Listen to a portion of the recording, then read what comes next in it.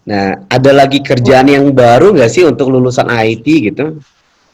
Wah, banyak Pak setelah saya kerja di perusahaan IT. Ada pesan-pesan khusus mungkin dari Diana untuk mahasiswa secara umum ya, ya mahasiswa komputer secara umum.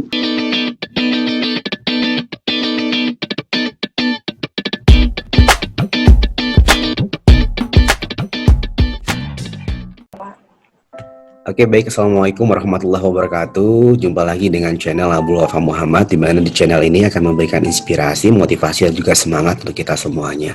Pada kesempatan hari ini, ngobrol santai kita akan ditemani oleh Diana Fadila, ya, alumni cantik dari Universitas Putra Indonesia IPTK Padang, dan juga sangat berprestasi, mulai dari bangku perkuliahan sampai dengan hari ini. Kita sapa Diana Fadila, apa kabar? Sehat? Sehat, alhamdulillah baik. Terima kasih ya sudah mau berpartisipasi untuk membangun channel kita ini. Oke, kita langsung saja sedikit menjelaskan profil singkat dari Diana Fadila. Diana Fadila ini adalah alumni dari UPI IPTK Padang, Universitas Putra Indonesia IPTK. Program studi Teknik Informatika angkatan 2009.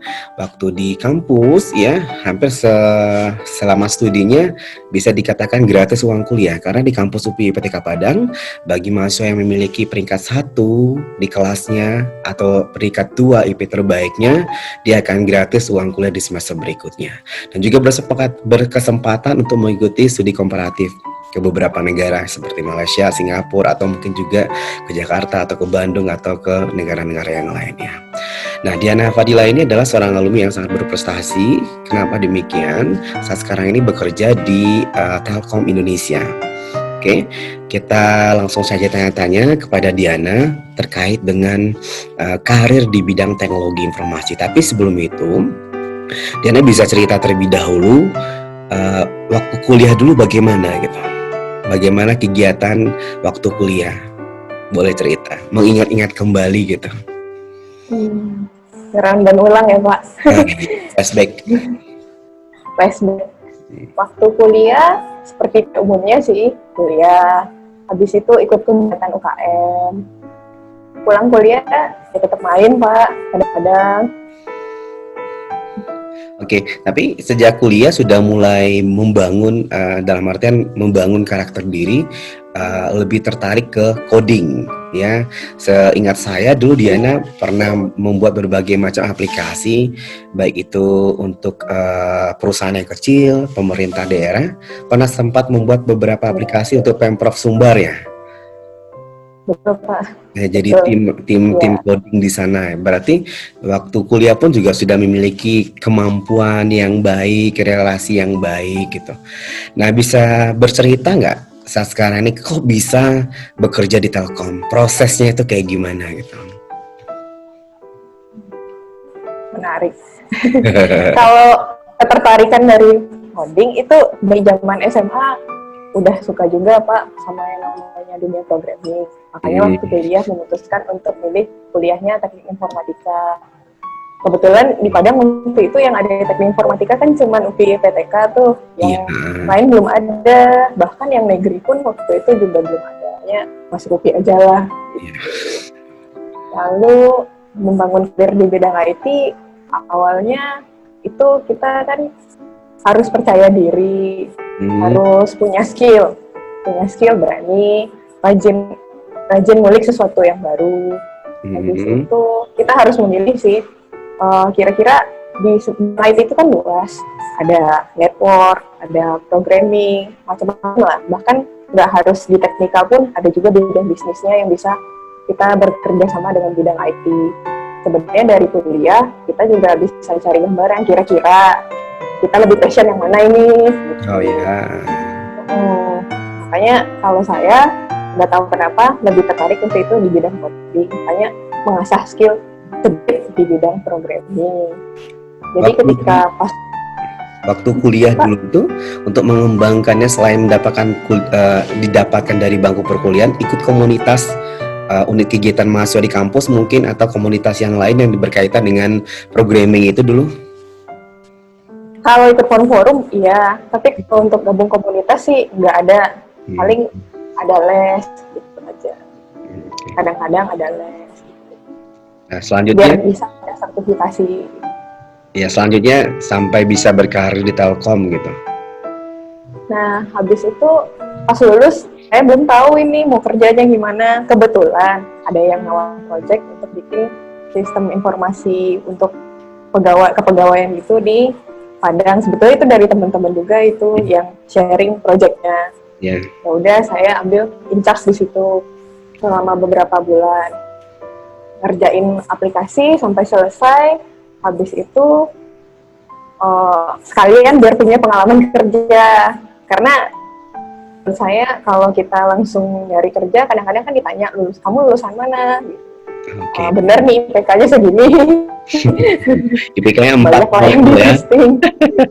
Enggak pak 3,98 waktu itu. Berarti kurang 0,2. Setelah betul.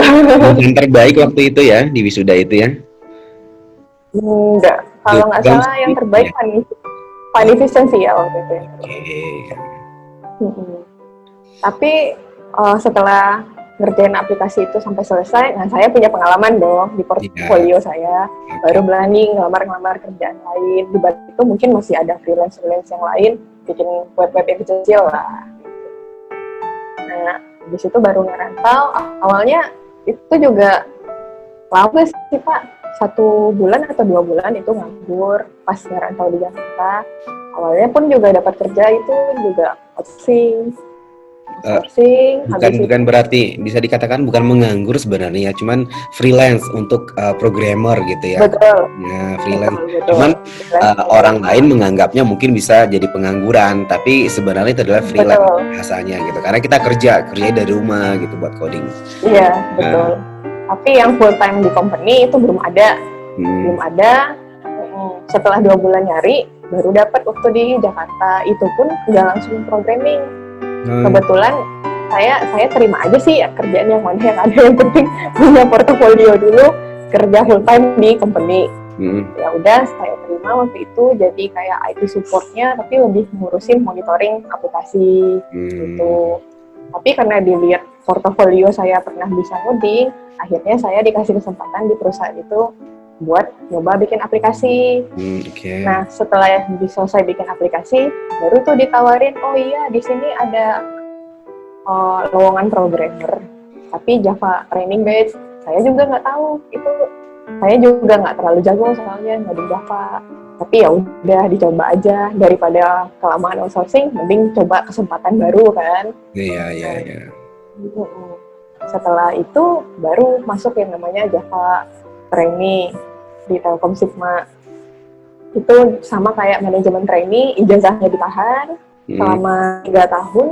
Setelah itu kita diajarin gimana cara ngoding. Sebenarnya juga nggak lama sih, cuman sebulan atau 3 minggu. Habis langsung dicemplungin di project. Karena berarti kemampuannya belajarnya itu langsung di project gitu ya.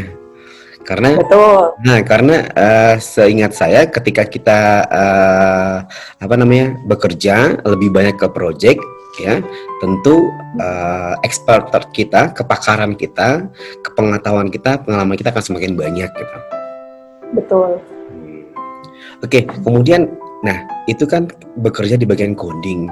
Sebenarnya kalau seandainya kita bercerita tentang pembuatan program, ya apapun bentuknya, aplikasi apapun ya, pembuatan aplikasi lah bahasanya seperti itu kan banyak aspek yang dilewati. Dalam artian misalnya, kalau dulu waktu kuliah belajarnya rekayasa prakalunak nih, how to manage, ya, how to membangunnya kayak gimana, membangun aplikasi itu seperti apa, melakukan rekayasa itu seperti apa. Nah, apakah itu relate RPL yang di kampus dengan tahapan-tahapan pengembangan aplikasi di dunia kerja yang sekarang gitu? Hampir mirip, tapi sekarang tuh juga sudah ada lebih jauh pengembangannya. Misalnya kayak kalau dalam project itu ada yang namanya metode agile.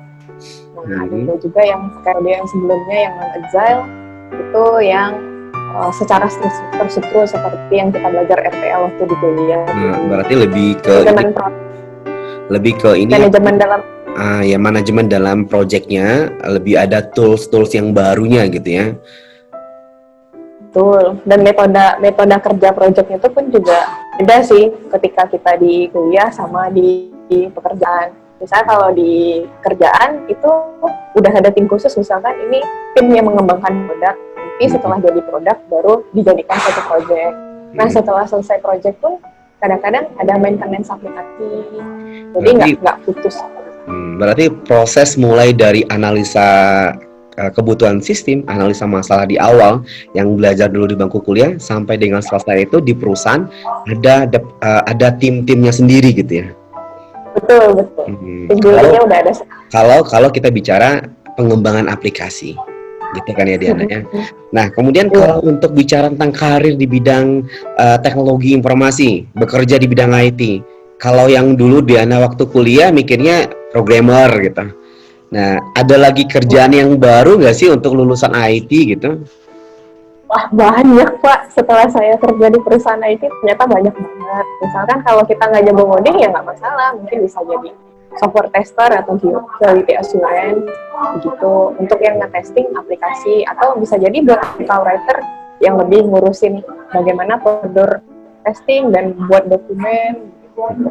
Atau bisa jadi terjun ke bidang manajemennya, jadi manajer jadi IT project manager atau PM. Berarti paling tidak kita punya skill atau pengetahuan dasar tentang teknologi informasi. Kalaupun kita nggak punya kemampuan teknis coding, networking misalnya seperti itu, kita masih bisa berada di lingkup pekerjaan teknologi informasi. Iya betul Pak. Misalkan kayak kita mau jadi tim bisnis, ahlinya lebih bikin kayak mengetahui proses bisnis, itu bisa jadi bisnis analis. Mungkin dimulai jadi software tester dulu. Kalau boleh tahu, aplikasi-aplikasi seperti apa aja yang Diana sudah pernah kerjakan? Maksudnya aplikasi untuk apa aja nih gitu, yang pernah dikerjakan dengan tim projectnya gitu? Selama di kantor ya Pak? Selama di kantor. Di kantor itu macam-macam sih Pak. Kita kan ada ngerjain aplikasi itu macam-macam. Ada yang dalam bentuk yang front end, ada yang back end. Yang front end itu yang kelihatan, misalkan contohnya mobile, web itu front end. Back end misalkan yang lebih ke processing yang kita tidak bisa lihat di kasat mata. Misalnya proses transisi itu kan prosesnya di belakang, kita nggak bisa lihat. Kalau yang pernah aku kerjain itu misalkan contohnya kayak internet banking corporate, terus sistem penggajian aplikasi yang kerjasamanya sama Kemenq. Terus paling pernah maintenance kayak yang di bidang switchingnya sedikit gitu aja. Kalau aku lebih ke bidang banking, ngurusin aplikasi. Pertanyaan berikutnya adalah ini lebih ke teknisnya. Ketika Diana disuruh untuk mengembangkan atau membangun sebuah aplikasi, apa aja proses yang Diana lakukan sehingga bisa bekerja sama dengan tim, cara kerja dengan tim bagaimana sampai aplikasi itu jadi dan diimplementasikan gitu. Apa yang tahapan-tahapannya? Mungkin agak dipisah ya Pak. Kalau ketika bikin produk sama bikin jadi project itu beda. Oh beda. Beda. Boleh jelas. Kalau produk satunya dulu. Yang produk gimana, yang project gimana gitu. Boleh. Kalau yang produk itu kita meeting dulu sama tim, kira-kira yang lagi tren apa aja sekarang. Di riset dulu apa yang lagi tren dan sekiranya apa yang akan mau didemokan dan akan dijual. Jadi meeting dulu mulai dari proses bisnisnya dan di review mungkin setiap minggunya bagaimana aplikasi ini dan di testing. Berapa jadi lama itu mulai meeting? Tergantung Pak, kadang-kadang ada yang sampai tahun, ada yang kalau minta cepat bisa 3 bulan. Setelah analisa market atau kebutuhan atau yang lagi itu, lanjutannya apa lagi? Lanjutnya kita pakai teknologi yang mana yang lagi tren. Jadi selain di Indonesia yang terbaru, teknologinya juga dipakai yang terbaru. Kadang-kadang kita juga menyesuaikan untuk belajar lagi sesuatu yang baru. Itu hal yang biasa bagi orang IT kan ya, selalu belajar baru. Kalau seandainya kita nggak belajar yang baru, maka kita akan ketinggalan gitu. Ya seperti itu. Nah, berarti inti permasalahan proses awal yang penting di dalam pengembangan produk yang tadi Diana sampaikan adalah proses di awal, analisa market, analisa pasar, analisa kebutuhan, analisa semuanya itu adalah hal yang sangat penting, dasar. Kemudian baru nanti dikembangkan lagi ke dalam bentuk coding. Ya, Diana. Kalau dalam project gimana? Kalau dalam project? Kalau project, berarti kalau kita udah pernah misalkan kita demo nih suatu produk, oke, produknya dibuka, misalkan klien suka, tapi mereka kan juga punya kebutuhan seperti ini dan menyesuaikan dengan sistem mereka seperti apa. Berarti kita harus meeting lagi untuk bagaimana menyesuaikan yang dari produk ini project. Misalkan ini mesti dirubah nih karena di sistemnya mereka seperti ini. Kita harus menyesuaikan. Berarti ada tim bisnis nanti ya untuk meeting bagaimana menyesuaikan bisnis aplikasi terlebih dahulu. Setelah meeting bisnis baru diberi ke tim teknis, ke analis programmer. Nanti dari analis programmer baru turun ke programmer yang buat coding. Setelah di coding baru turun lagi ke tahap testing atau disebut dengan sistem integration test. Itu yang di testing oleh tim QA. Setelah itu baru kita lihatin lagi dan testing bersama user sebelum aplikasinya dianggap jadi atau deploy ke production. Oke. Agak panjang lumayan ya. Oke. Tapi itu bisa memberikan inspirasi buat mahasiswa atau mungkin juga siapapun yang ingin atau yang tertarik dalam bidang IT. Ada pesan-pesan khusus mungkin dari Diana untuk mahasiswa secara umum ya mahasiswa komputer secara umum, kemudian juga alma mater tercinta Universitas Putra Indonesia IPTK Padang. Boleh pesan-pesan apa mungkin yang perlu disampaikan? Ya, jangan takut untuk mencoba sesuatu hal yang baru. Sebagai orang IT kita harus berani mencoba dan cari tahu passion kita di mana. Gitu aja kalau untuk mau berkarir di bidang IT. Oke. Pasti ada kok yang mana yang cocok buat kita. Oke, berarti semasa kuliah itu berarti kita mencari tahu passion kita di mana, apakah bidang IT-nya bagian mana, kemudian kita harus bekali tingkatkan kemampuan kita dengan berbagai macam cara sehingga kita punya bekal yang lumayan baik untuk kita masuk ke dalam dunia kerja. Ya, Diana? Oke. Iya, Pak. Oke, mungkin begitu saja diskusi kita pada siang hari ini. Terima kasih Diana ya telah berpartisipasi ya. Lain kesempatan nanti kita akan coba tanya-tanya lagi dengan aspek yang lebih teknis, lebih kepada metodologi pengembangan aplikasi. Kalau sekarang kan masih secara umum ya, bagaimana cara orang bekerja di IT dan segala macam. Boleh ya. Terima kasih Diana. Assalamualaikum warahmatullahi wabarakatuh.